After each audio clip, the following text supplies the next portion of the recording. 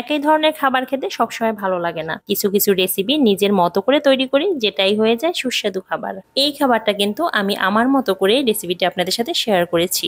Extra কিছু মশলা use করেছি, যেটা আমি শিলপাটায় বেটে তৈরি করে নিয়েছি। আর দেখবেন মাছ কিন্তু একই রেসিপিতে খেতে সবসময় ভালো লাগে না। তো আমি আজকে আমার মতো করে একটি রেসিপি আপনাদের সাথে শেয়ার করেছি।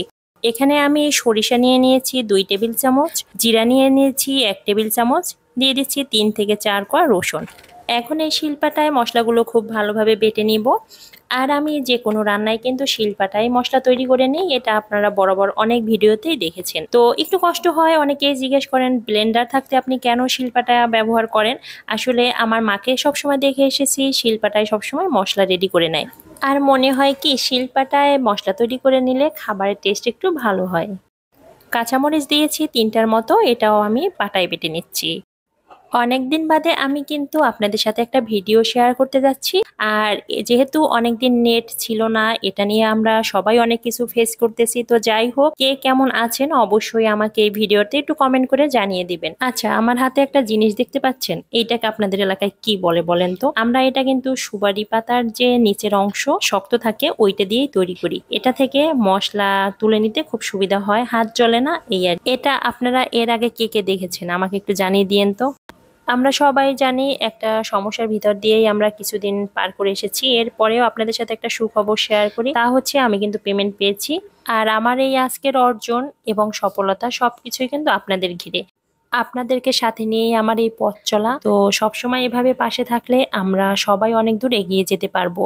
তো কথা বলতে বলতে আমি মশলা বেটে নিয়েছি। এখন এই মাছটা খুব ভালোভাবে মেখে নিব। দিয়ে দিচ্ছি হলুদের গুঁড়া, মরিচের গুঁড়া, আর দিয়ে দিচ্ছি মশলা যে বেটে রেখেছিলাম সেই মশলাটা দিয়ে দিচ্ছি। এরপরে মাছটাকে খুব ভালোভাবে মেখে নিব। আর এই মাছটা কিন্তু সম্পূর্ণ আমি সরিষার তেল দিয়ে আজকে রান্না করব, এই জন্য পরিমাণ মতো সরিষার তেল দিয়ে নিয়েছি। আর হ্যাঁ, অনেকেই আমাকে জিজ্ঞাসা করেছেন দিদি আপনি কত টাকা পেয়েছেন। আসলে আমি নিজেও জানি না কত টাকা পাবো, কারণ হচ্ছে প্রথম তো ডলার হিসাবে আসবে, এরপরে আমার অ্যাকাউন্টে টাকা হিসাবে অ্যাড হবে।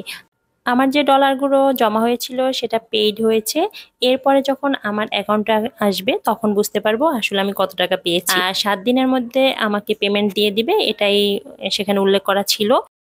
যাই হোক, আজকে আমার এই সফলতা, আমার যে অর্জন, এটা শুধুই মাত্র আপনাদের জন্য। এজন্য আপনাদের সবাইকে অসংখ্য ধন্যবাদ। আর আমরা এভাবেই একে অপরের পাশে থেকে আমরা অনেক দূর এগিয়ে যেতে পারবো। আমি তো মহা খুশি যে ফার্স্ট টাইম আমি ফেসবুক থেকে পেমেন্ট পেয়েছি। এই জন্যই আসলে আপনাদের সাথে শেয়ার করা। কত টাকা পেয়েছি এটা অনেকে যারা জানতে চেয়েছেন, আমি অবশ্যই আপনাদের সাথে শেয়ার করব যখন আমার অ্যাকাউন্টে এসে টাকাটা জমা হবে। বলতে বলতে অনেক কথাই শেয়ার করে ফেলেছি। আর এদিকে কিন্তু আমার মাছ ভাজি প্রায় হয়ে গিয়েছে। আর বিশ্বাস করবেন না, এই মাছ ভাজিটা এত মজা লেগেছিল। তো আমি পরের দিন কিন্তু আবার বানিয়েছিলাম। এটা সাধারণত এই টাইপের মাছ ভাজি আমরা পাতায় খেয়ে থাকি, মানে কলা পাতায়, যেটা পাতুরি বলে। আমাদের বরিশাল এলাকায় এই খাবারটা অনেক বিখ্যাত।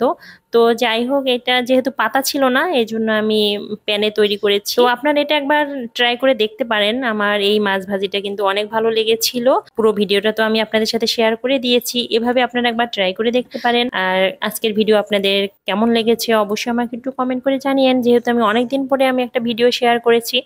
আর কথা বলতে গিয়েও মনে হয় অনেক আটকে যাচ্ছে, কারণ মনে হচ্ছে আমি ফার্স্ট টাইম কোনো ভিডিও এডিট করে মানে অডিও মিলাচ্ছি। আজকের ভিডিও যদি আপনাদের ভালো লেগে থাকে বেশি বেশি একটু লাইক, শেয়ার এবং কমেন্ট করে দিবেন। একটা শেয়ার দিলে আমার ভিডিওটা অন্য কেউ দেখারও সুযোগ পাবে। আর আজকের ভিডিও যদি আপনি ইউটিউব থেকে দেখে থাকেন অবশ্যই সাবস্ক্রাইব করে পাশে থাকবেন। তো আজকের ভিডিও এই পর্যন্ত।